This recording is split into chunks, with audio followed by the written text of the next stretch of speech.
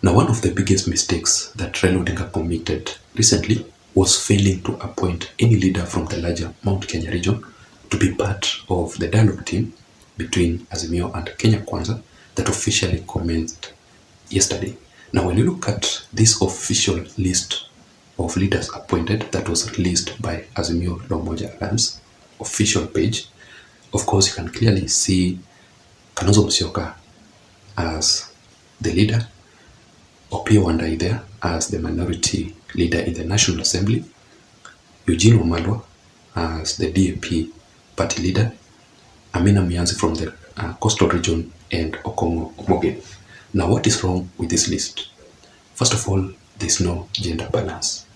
In my considered opinion, I think Raila Odinga should have appointed at least 2 ladies and the 3 gentlemen.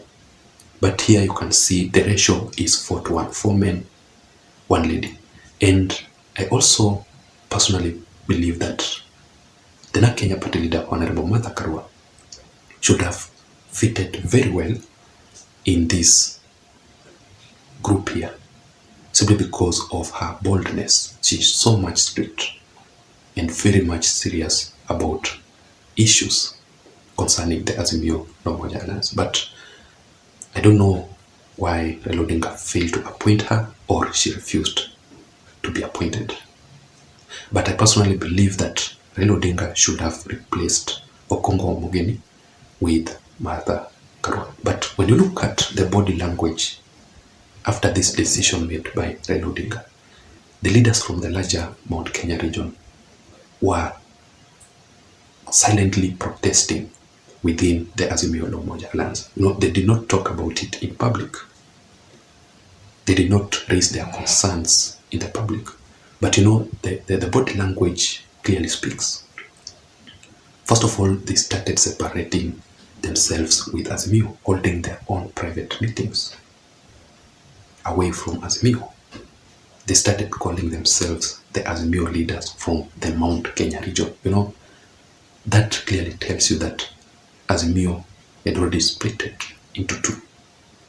They started missing subsequent press release or press briefing that was called out by Raila Odinga. Those are the kind of issues that were going on within the Azimio La Umoja. And if you are keen, you would have noticed about that. But finally, Raila Odinga retreated and he made some few changes in the Azimio La Umoja Alliance dialogue team. And of course, he appointed the Jubilee Party Secretary General, Jeremiah Kioni himself, as part of the technical team. Let me just read for you this statement. I don't know if I can find it here. Of course it is. Raila Odinga said, "We have tasked our delegation and our technical teams under the able leadership of Kalonzo Musyoka and Jeremiah Kioni to go to these talks with courage and open minds.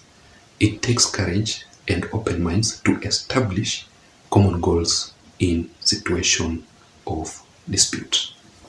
I concur with Raila Odinga, but what matters is this. The official list that Raila Odinga, the list that I've just showed you, those are the legal team of leaders that were appointed to represent Azimio in the dialogue team. And that is why, when you look at that meeting that started yesterday, of course, Jeremiah Kioni attended and Mwangi wa Iria attended, the only 2 leaders from the larger part of the Mount Kenya region. But they were just there as spectators. The way that meeting was arranged, the leaders who were appointed first, they seated on the front table. Jeremiah Kioni, Wajakoya, Mwangi wa Iria, and the rest, they were far end behind the talks. They were not contributing anything. They did not participate in anything. They were just there as spectators. Now I'll give you 3 reasons as to why Raila Odinga had to make these changes and appoint Jeremiah Kioni as the Mount Kenya leader. But before that, in case you're currently watching it, you haven't subscribed, I'm just requesting you to please take a second or 2 and subscribe to my YouTube channel.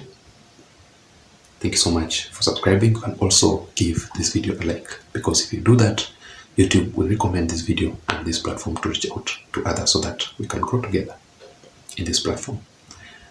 To my returning subscribers also, I really want to appreciate you for your continued support. Basically, without your support, this channel cannot be where it is currently. And also, if you want to automatically receive the notifications from YouTube, immediately I post a video here on this channel, just click to the notification bell.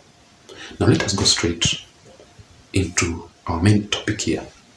The reason as to why Raila Odinga finally retreated and appointed Jeremiah Kioni in the changes that he made is because he wanted to appease the Mount Kenya region.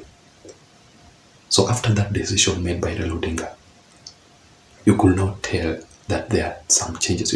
Mount Kenya leaders felt isolated in Azimio.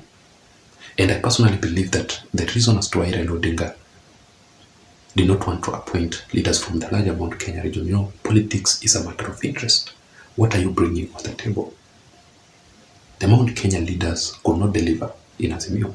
That is the truth of the matter, because they are facing the hostile climate in that region from the people of the larger Mount Kenya region who have rejected, they have refused consistently Raila Odinga politics and politics of Azimio.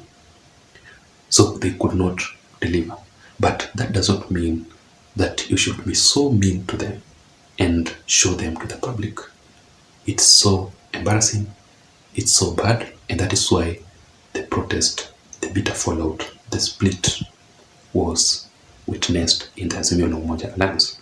So for Raila Odinga to satisfy their demands, for Raila Odinga to appease them, he had to make some changes, even though not official.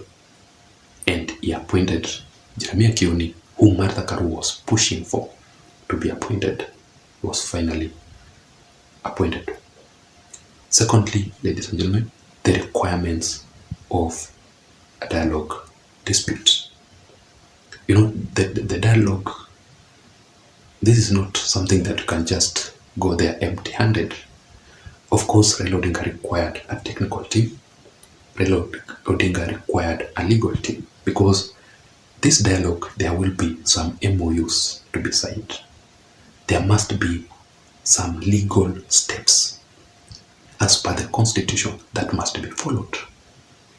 That is why it needs this team of technicality and the legal team. There are also some agreements that these leaders must agree. There must be witnesses in that meeting. You cannot just go there empty-handed. So that is the second reason as to why Raila Odinga had to appoint, had to make these changes and appointed Jeremiah Kioni.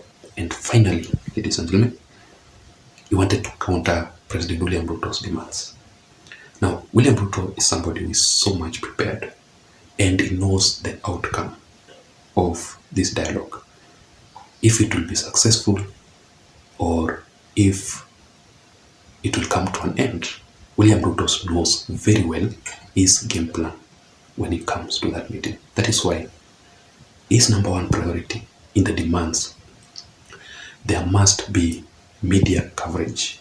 Even though the media was removed yesterday a little bit, just away a little bit, if I may use that term, but they were allowed back in after a short time. So the media coverage signifies that there is no something secret, closed door meeting that should be held. It should be to the public, because when you look at or when you read my majority leader Kimani Ichung'wah himself, the statement that he made, he said that he wants to understand, he wants the public to know this term inclusivity that is consistently made by the Azimio la Umoja Alliance team. It must be said, explained to the public what it really means, the inclusivity that they've been talking about. So there's no handshake, there's no matters to do with power sharing and also this inclusivity that they're talking about, it should not be there at all. Those are the kind of few demands that William Ruto talked about. The meeting must not be held at Serena Hotel. You know, in Serena Hotel, things are expensive. You will require allowances, you know, and you cannot go and sit there to the 5-star hotel discussing the high cost of living. The requirement was that they head straight to Bomas, and that is what they agreed. That is why that meeting was conducted in Bomas of Kenya. So that is it, ladies and gentlemen. What do you think about it? Let me know. Let me hear your thoughts. Let me know your views on the comment section below. Otherwise, I don't have much. Thank you so much for watching. Thank you so much for listening. Please don't forget to subscribe to my YouTube channel. Until next time, my name is Jason. Bye bye.